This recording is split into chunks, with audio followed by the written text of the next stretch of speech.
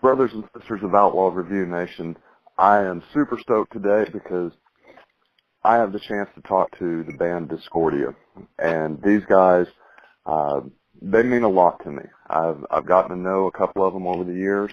One of them I still haven't had a chance to meet, but today's the first time I get to talk to him. How you guys doing today?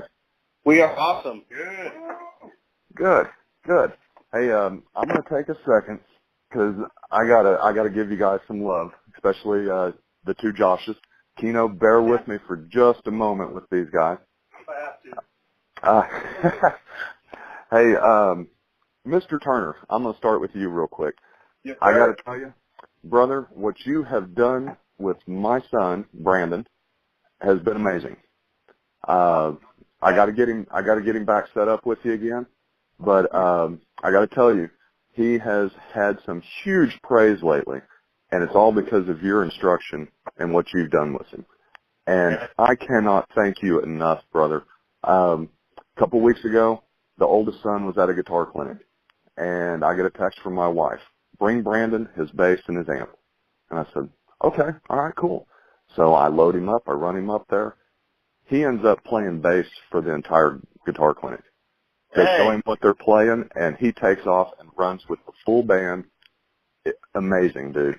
I was so blown away, and I can't thank you enough for what you've done with me. And looking forward to continuing it. Yeah. So. That's awesome, man. Good. Yeah. I mean, I was just super stoked, and I've been waiting to get, and I know you're busy and with school starting again and everything, and I've been trying to get in touch with you, and you know, we've been back and forth, but I wanted to let you know that those guys, a couple of the bands, I won't name any names, but former guitar player for Anti-Mortem, I think you guys probably might know who I'm talking about. Yeah. He just has nothing but praise for what you guys have done with the boys. Josh Fallon, brother, you have been huge for my kids. You started with Connor with his drum lessons, and he's retained most of it. He's getting better and better, and I think it's finally starting to click, so it's about time to get him back with you and get him start rolling again. Good. Thomas, though, since he took guitar lessons from you, brother, wow. He has taken off. He is just, I mean, I'm in awe every time I hear him play now. Well, I showed him how terrible someone could be, and he's like, I don't want to be that. Now, I don't believe that for a second because I've heard you play. So, but anyways, guys, I got to tell you, you were probably the first, and I always hate to label you guys as death metal. Josh Fallon and I have talked about this several times. And they always seem to call you progressive. To me, you are technical death metal because it is spot on. Everything's together. Everything is just, and that comes from your backgrounds. All three of you guys are educated, and that's fantastic. Two of you have music degrees, correct? Yep. Yeah, and that's how you two met, if I recall. Is that? Yeah, Josh and I went to UCO together. Studied percussion at the same time. Okay. Yeah. Now, this I'm going to take a second and throw some love to Keno. There are not a lot of guys that are in a death metal band or a metal band of any kind that are either real close to getting a PhD or have a PhD, are there? I don't think so. I'm aware of it. I can think of Brian May from Queen. Yeah. But it's not really us. Right. Yeah.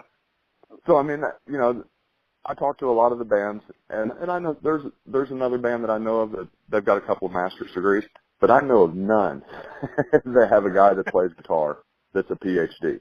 That's crazy. Thank you so much. I'm really close to finishing. I'm actually working on my dissertation right now. I should be finished within the year, actually. So that's so cool, man. Congratulations. Way to go. I know that's tough with touring and recording and, you know, everything that you guys do. And correct me if I'm wrong, but all three of you guys are dads, right? Oh, yeah. Yeah, and you guys do the hashtag dad metal, which I think is fantastic. Dad metal for life. Yeah. Well, so, not that anymore. Are they going to be Dischordia Junior eventually? Oh, absolutely. Yeah, I'm not. There you go. We don't really get to brag about this very often, but me and Turner obviously have the same first name, And Keno's son is named Joshua, so he named him after both of us because we're always the most important thing in his life. That's true. That's verified fact. It's true.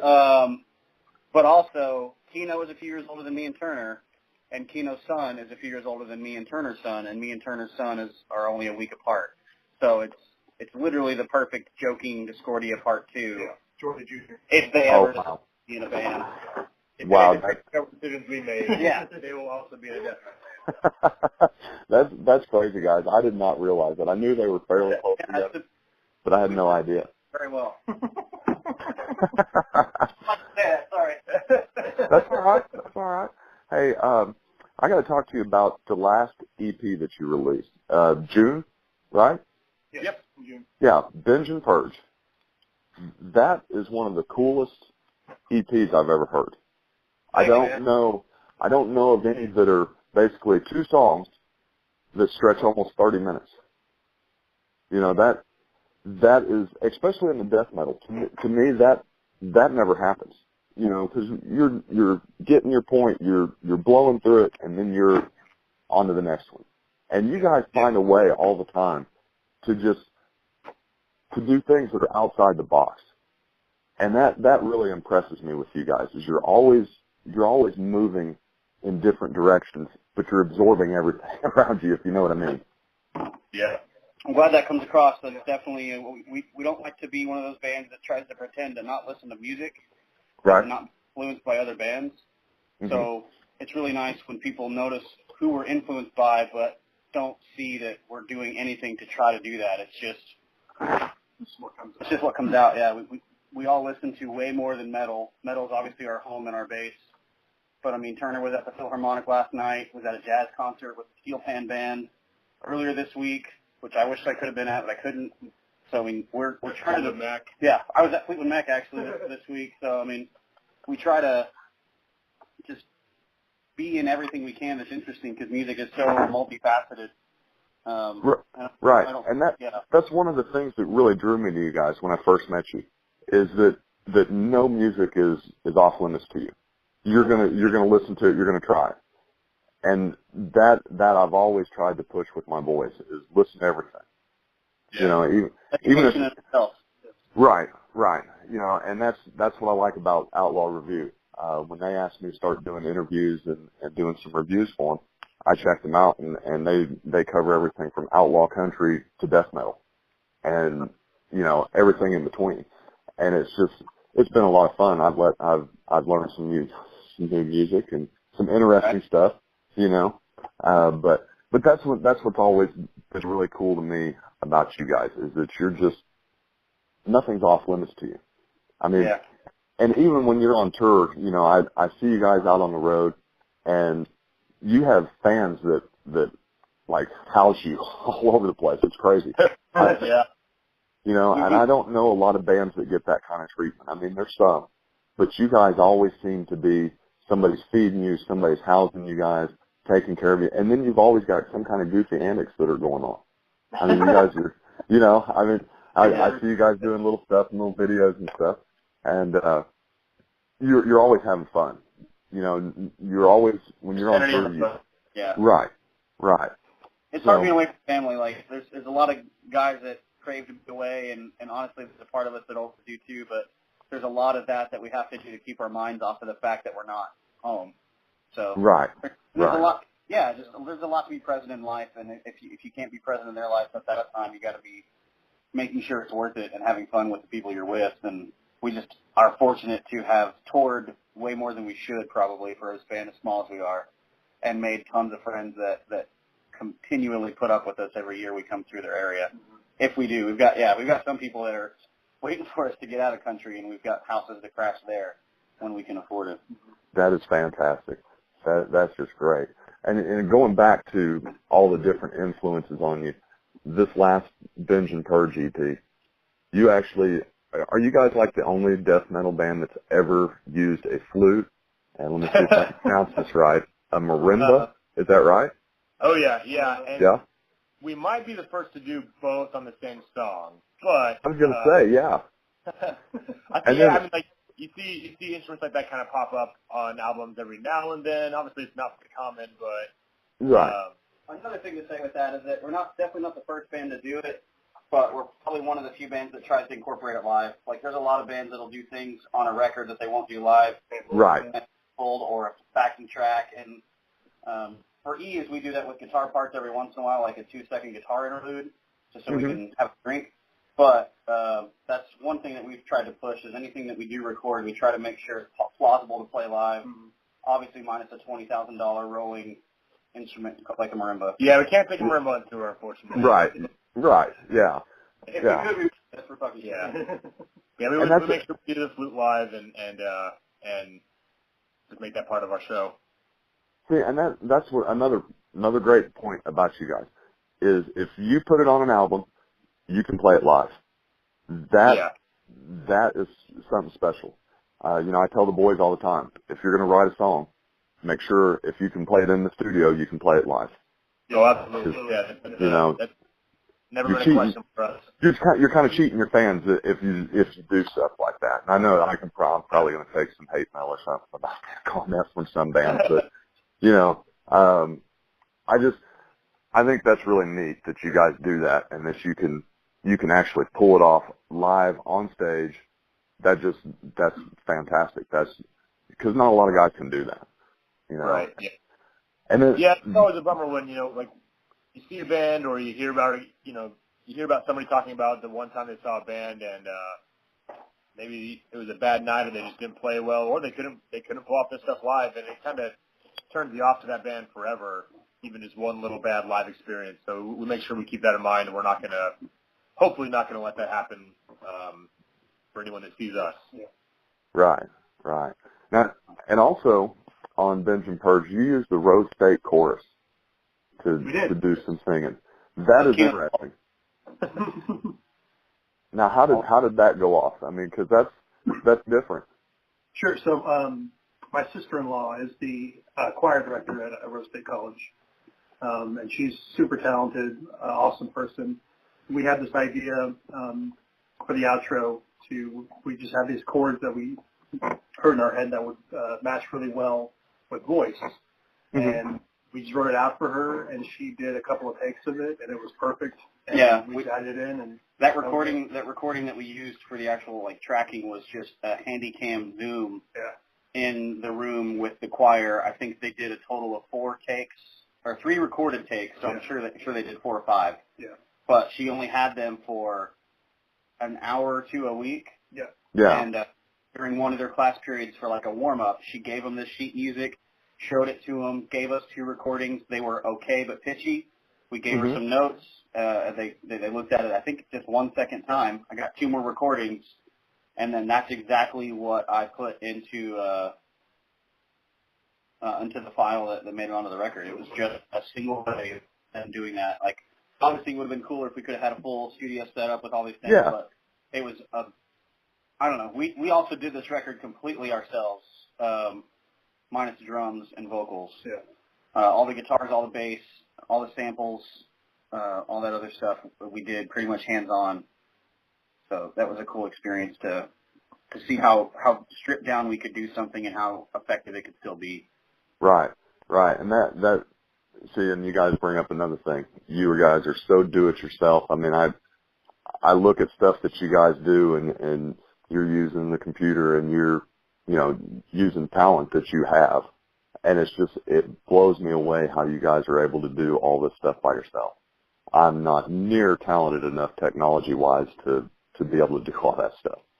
And it's impressive. You guys are, you're definitely the do-it-yourself band that a lot of people need to look at and learn from.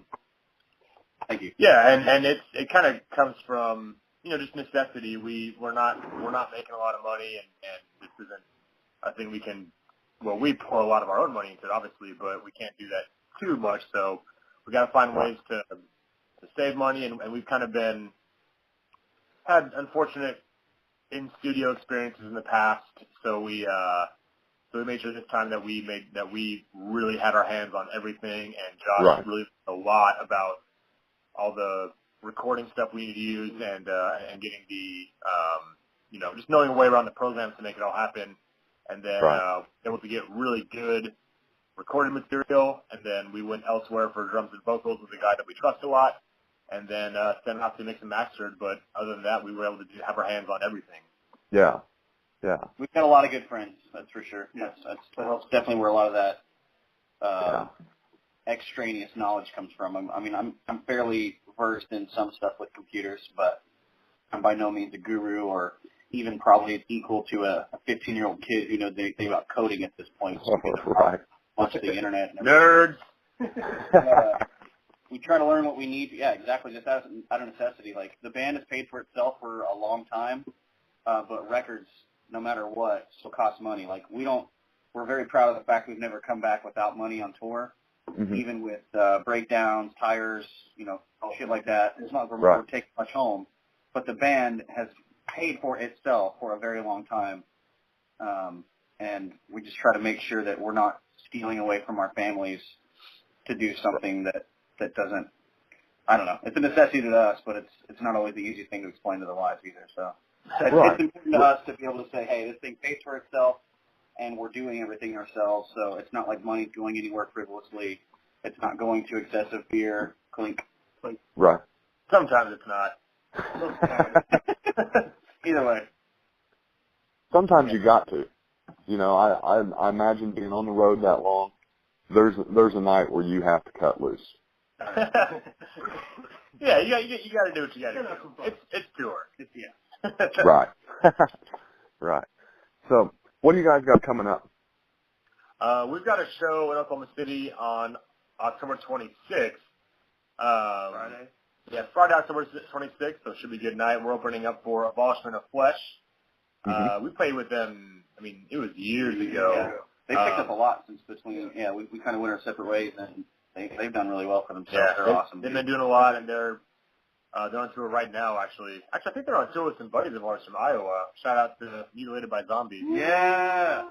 But doing a one-off show in Oklahoma City that we're playing on October 26th at Kendall's Bar. Should be a good time. Yeah. Other than that, we're going to be, we've already got ideas going for a new album, so we're kind of, We're writing right we're I'm kind of in writing mode. We might not play live too much over the next couple of months, but we'll definitely get some shows out in the winter times and early next year for sure too. Right. After Keno's. Yeah, Keno's finishing his dissertation this year, so in January we'll kind of be a new band. Yeah. Because we've got time to do stuff. We're writing him at the moment. Turner's always super busy with his schedule in the fall, so fall is always kind of a complete downtime for us. That's why we hit it so hard in the first 6 months of the year. Right.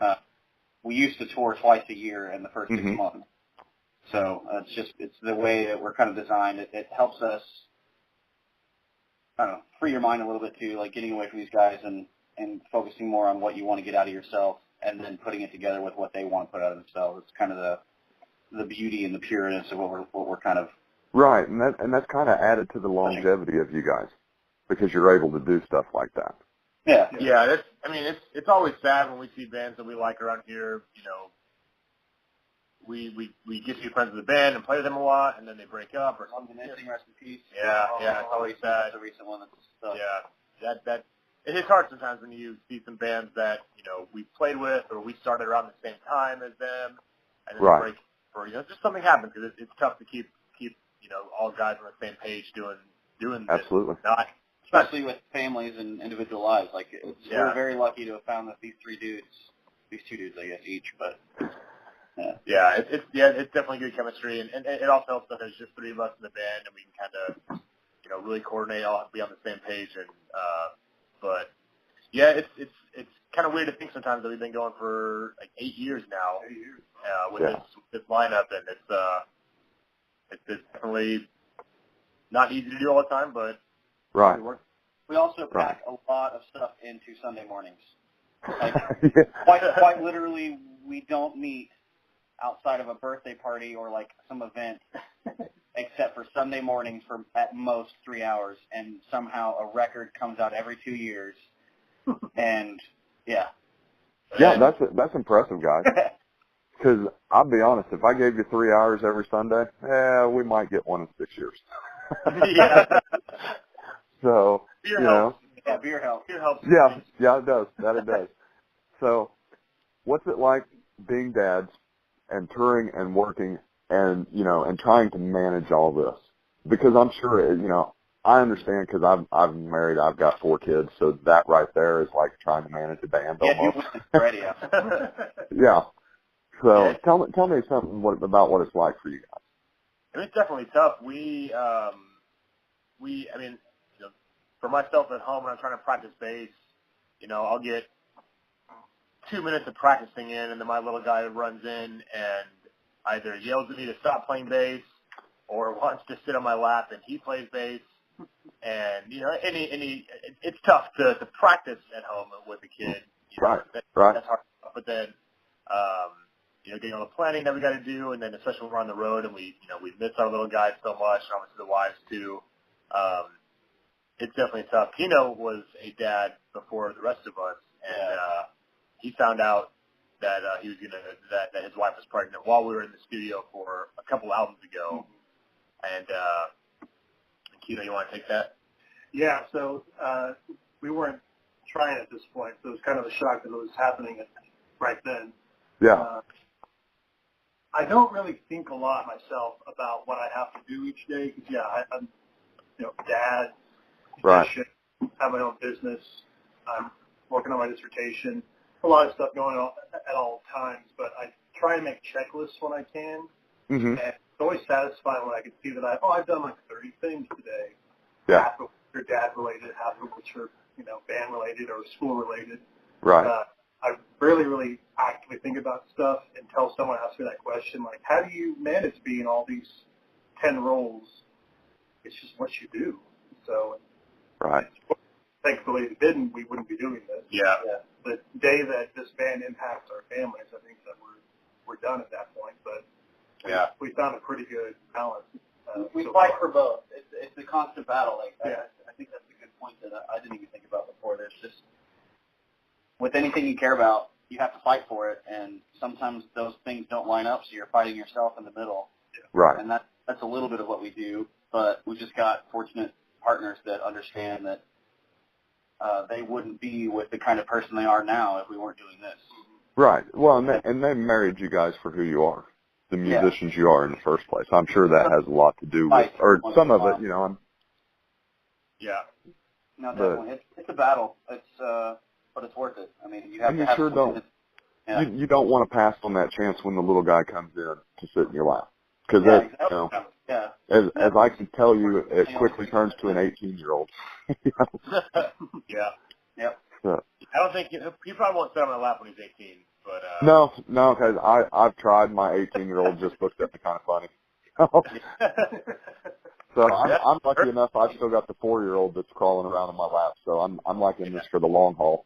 So we're in the same boat, Alan. You just know what the future looks like already. Exactly. Yeah. I'm just like 12 years ahead of you guys. That's so if you want to see what it looks like, just take a look at me sometime. Anytime, Alan. So, but you guys, I greatly appreciate your time. And I've enjoyed this immensely. I know you're busy. I'll let you get back to what you're doing. Anything else you guys want to give a shout out to, or before we're done? Everybody that's ever helped us. Yeah. Any fans in the city that listens to this, check out Arl Underground. What's Talon Dennis's Arl Philosophy. Arl. This is embarrassing. Sorry. Shout out to one guy, Mike. Shout out to Talon for helping us out with the last record, and Josh Newell. He'll do this for sure. Shout out to Oklahoma liquor laws for becoming more modern. Yeah! And not in the past anymore. Thanks, guys. Big thanks to Colin Marston for his work on the Binge Purge EP. And come see us at Kendall on 26th. Yeah, be fun. Guys, thanks so much. I appreciate it. Your official website for music and merchandise is on Bandcamp, correct? Yep. Discordia.bandcamp.com. Guys, go out, check these guys out. They're a fantastic band. They're good guys. I can't say enough good things about you guys. I appreciate your time. Thanks so much, guys. Have a good day. Awesome. Be good, Alan. Thanks, brother. All right. Bye-bye.